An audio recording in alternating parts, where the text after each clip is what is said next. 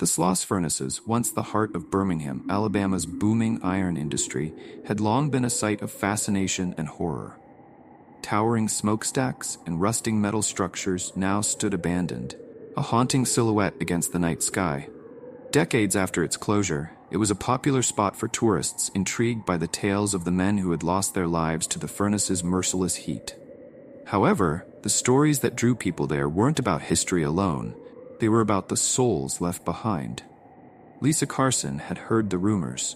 People spoke of strange noises, whispers that seemed to follow you, and ghostly figures lurking in the shadows. Lisa, an investigator with a local paranormal team, wasn't easily scared, but something about Sloss unnerved her. Maybe it was the stories of James Slag Wormwood, the cruel foreman who forced his workers into dangerous conditions, leading to numerous accidents and deaths. Or maybe it was the recent disappearance of local teens who had ventured there on a dare. Whatever it was, Lisa knew tonight's investigation would be different from the others. As her team gathered their equipment outside the gate, Lisa took a deep breath. The air was thick with humidity, the oppressive Alabama heat clinging to her skin even after sunset. Mark, the team's tech expert, was already setting up the thermal cameras and EVP recorders. "You ready for this?" he asked, trying to hide his own nervousness with a smile. "Yeah," Lisa replied, though her voice wavered slightly. "I've been ready for weeks."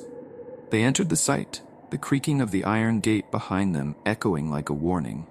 The furnace loomed ahead, a massive black structure that seemed to absorb the moonlight.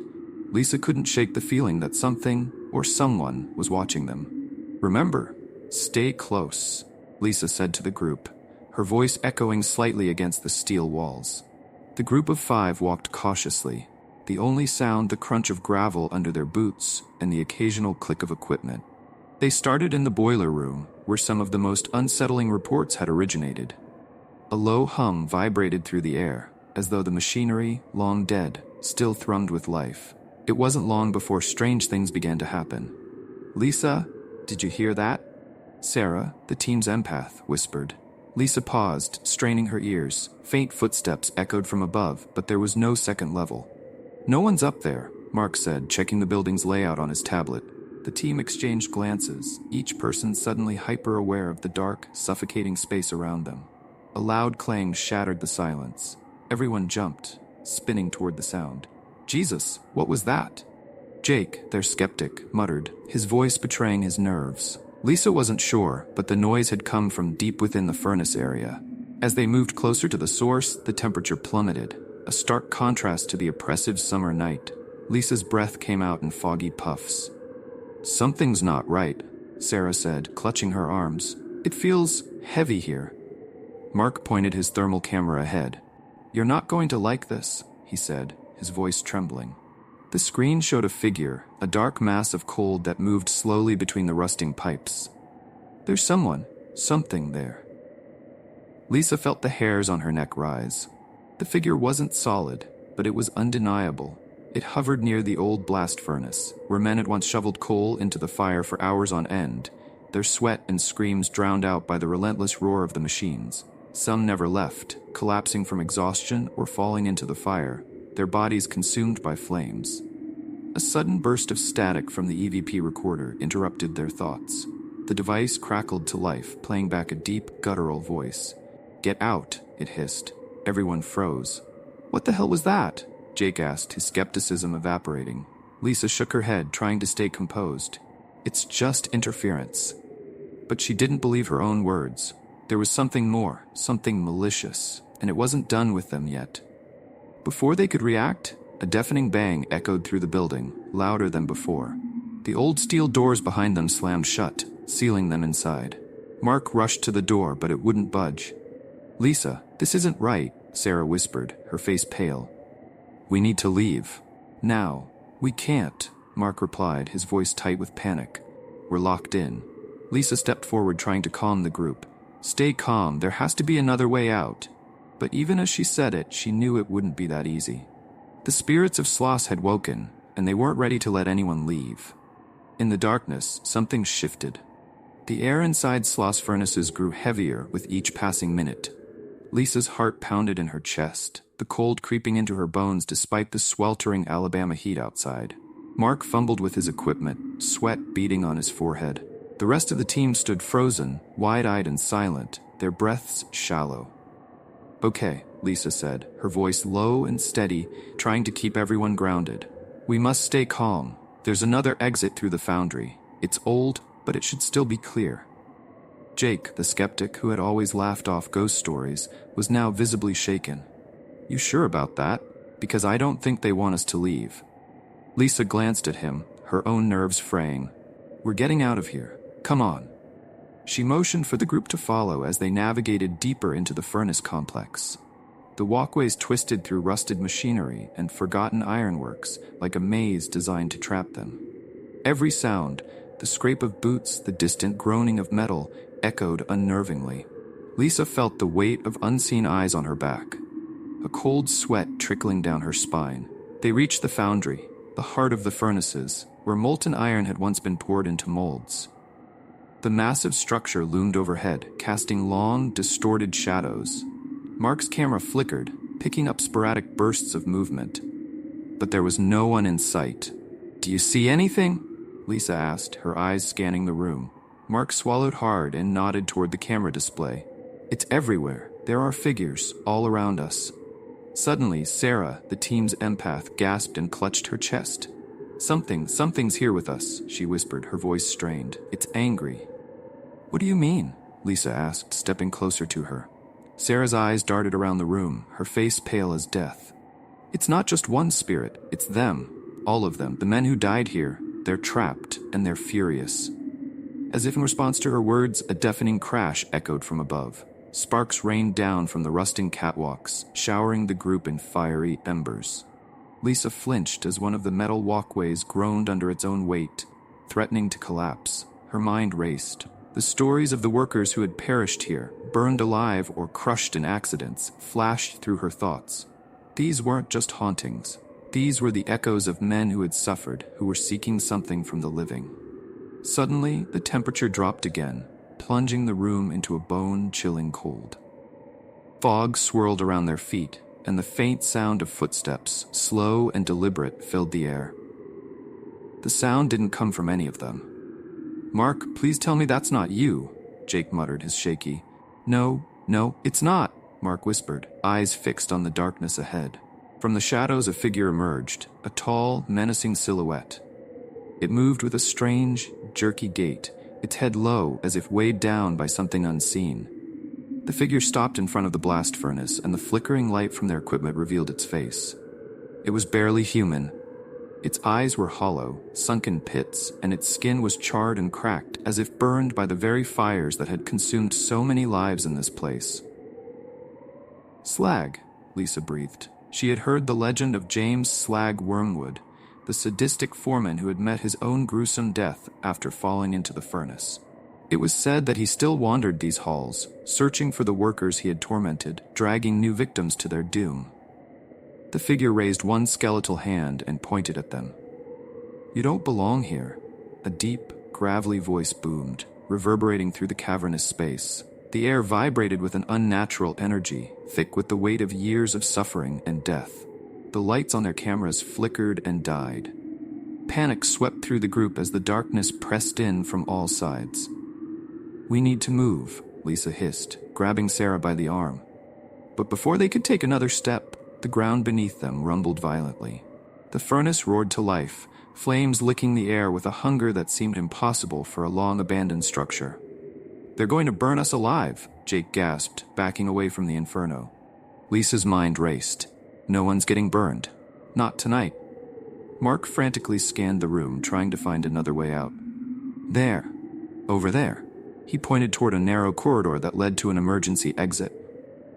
Without hesitation, they sprinted for the corridor, but as they reached it, the door slammed shut with a force that shook the walls. It was as if the building itself was alive, intent on keeping them inside. "We're trapped," Sarah cried, her voice breaking with fear. Lisa pounded on the door, her heart pounding in her chest. "Come on, open up." But it was no use. Behind them, the sounds of footsteps grew louder. The spirits were closing in, their presence palpable. Whispers filled the air, a cacophony of voices overlapping, angry and full of despair. Lisa turned to face them, her flashlight flickering weakly. Through the dim light, she saw the faint outlines of shadowy figures, workers in tattered clothing, face gaunt and lifeless, their eyes full of rage. They moved toward the group, slowly but deliberately, their arms outstretched as if reaching for help, or perhaps for revenge. Mark's camera started picking up audio again, but this time it wasn't the hissing voice of Slag. It was the agonized cries of men trapped in a nightmare of endless labor, their voices pleading for release. "Help us," the voices moaned. "Free us." Lisa's breath caught in her throat. The spirits weren't just haunting this place. They were trapped, imprisoned by the agony of their deaths. She realized now that the malevolent force here wasn't just Slag. The real torment came from the souls of the men who had died under his reign of terror, forever tied to the furnace that had stolen their lives. "They want us to free them," Lisa said, her voice trembling. "We have to find a way to stop this." But how could they free the dead? Just then, the lights flickered back on for a moment, illuminating a rusted lever near the blast furnace. An idea sparked in Lisa's mind. The lever, once used to control the furnace, was directly tied to the very machine that had caused so many deaths. "If we can shut it down completely, maybe that will end this," Lisa said, her voice filled with determination. "We don't have time to think," Jake yelled. "Whatever we do, we need to do it now." As the spirits moved closer, Lisa made a decision. There was only one chance to put an end to the haunting, and it meant getting dangerously close to the furnace. The final confrontation was approaching. The furnace roared louder, as if feeding off the fear that permeated the room. The flames leaped higher, casting grotesque shadows on the walls as the ghostly figures crept closer. Lisa's heart raced, but her mind was set. The only way to end this was to shut down the furnace once and for all. "Lisa, are you sure about this?" Mark asked, his voice trembling as he stared at the lever she had pointed out. "No, but we don't have a choice," she replied, her eyes locked on the towering inferno. "It's the only way to stop them." She could feel the heat intensifying as she moved toward the furnace, the oppressive warmth making it harder to breathe. The spirits, their once distant whispers now growing louder, seemed to scream in unison, "Free us!" The air was thick with their desperation. Mark grabbed her arm, pulling her back. "If you go near that thing, you might not come back." Lisa met his eyes, understanding the gravity of what she was about to do. But there was no other option. "I must. It's the only way." With a deep breath, she yanked her arm free and ran toward the furnace. The air around her felt electric, charged with both danger and something else. Hope, perhaps. She could feel the spirits watching her, their eyes boring into her soul, waiting to see if she could deliver the release they had longed for. As she reached the lever, the temperature spiked, the flames licking closer as if trying to pull her in. The heat was unbearable now, her skin prickling as though it might ignite at any second. Lisa's hand hovered over the lever, slick with sweat, as she steeled herself for what might come next. Behind her, the team was huddled together, eyes wide with fear, the specters closing in on them. Slag's towering figure remained at the edge of the firelight, his empty eyes fixed on Lisa, daring her to defy him. His voice, deep and guttural, echoed through the room. "You think you can stop this?" he growled. "This is my domain. You're all mine now." Lisa clenched her teeth. Not anymore. With all her strength, she pulled the lever down.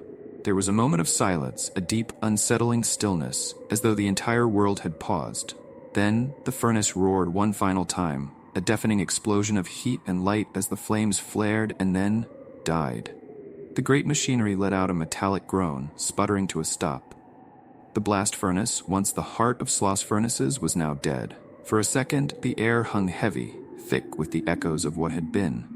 The spirits stood still, their once fierce and angry expressions softened. The flames that had danced in their hollow eyes flickered and went out, replaced by something almost resembling peace. One by one, the ghostly figures began to fade, dissolving into the air like mist in the morning sun.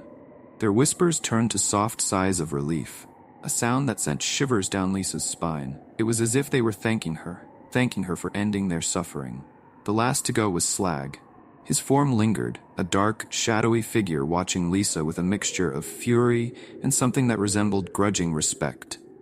"You've freed them," he hissed, his voice barely audible. "But you can't free yourself. This place will never let you go." Then, like the others, his form dissipated into nothingness. The silence that followed was deafening. Lisa stood frozen by the furnace, her chest heaving as she struggled to process what had just happened. The heat had vanished, replaced by an eerie cold that seemed to seep into her bones. Slowly, she turned back to her team, who were still staring at the now dormant furnace in disbelief. "Is it over?" Jake asked, his voice a mix of hope and fear. Lisa nodded, though she wasn't entirely sure. The spirits were gone, yes, but the weight of what had happened, of the souls trapped here for so long, hung in the air like a thick fog. Mark stepped forward, his hands shaking as he checked his equipment. I think we did it. There's nothing left on the cameras. The readings are normal." Sarah, still pale, took a deep breath and closed her eyes, letting the tension slowly drain from her body. "I can't feel them anymore. They're gone." Lisa allowed herself a moment of relief, but deep down, she couldn't shake the words Slag had whispered before disappearing. "You can't free yourself. This place will never let you go." The words echoed in her mind, twisting her stomach into knots. The group made their way back toward the exit, the iron doors that had trapped them now hanging slightly ajar. Lisa felt a strange pull as they stepped through, as if something was trying to hold her back. But she forced herself to move forward, her legs heavy with exhaustion. Outside, the Alabama night was still and quiet, the air thick with humidity, but free of the suffocating weight that had filled the furnaces. The team stood in the gravel lot, staring back at the hulking silhouette of Sloss. Jake let out a shaky laugh. "I can't believe we made it out." Mark nodded, still pale. "That was unlike anything we've ever seen. I don't know if I want to see anything like it again." Lisa remained silent, her eyes fixed on the furnaces. The spirits had been freed, but something about Slag's final words stayed with her. This place, with its dark history and violent past, wasn't done. It had let them go tonight, but she wasn't sure it would stay silent forever. As they packed up their equipment, Lisa glanced back one last time. The furnaces stood in eerie stillness, the smokestacks reaching into the night sky like skeletal fingers. For now, the echoes were quiet, but she knew, deep in her bones, that the silence wouldn't last. The spirits of Sloss were gone, but some things she realized could never truly die.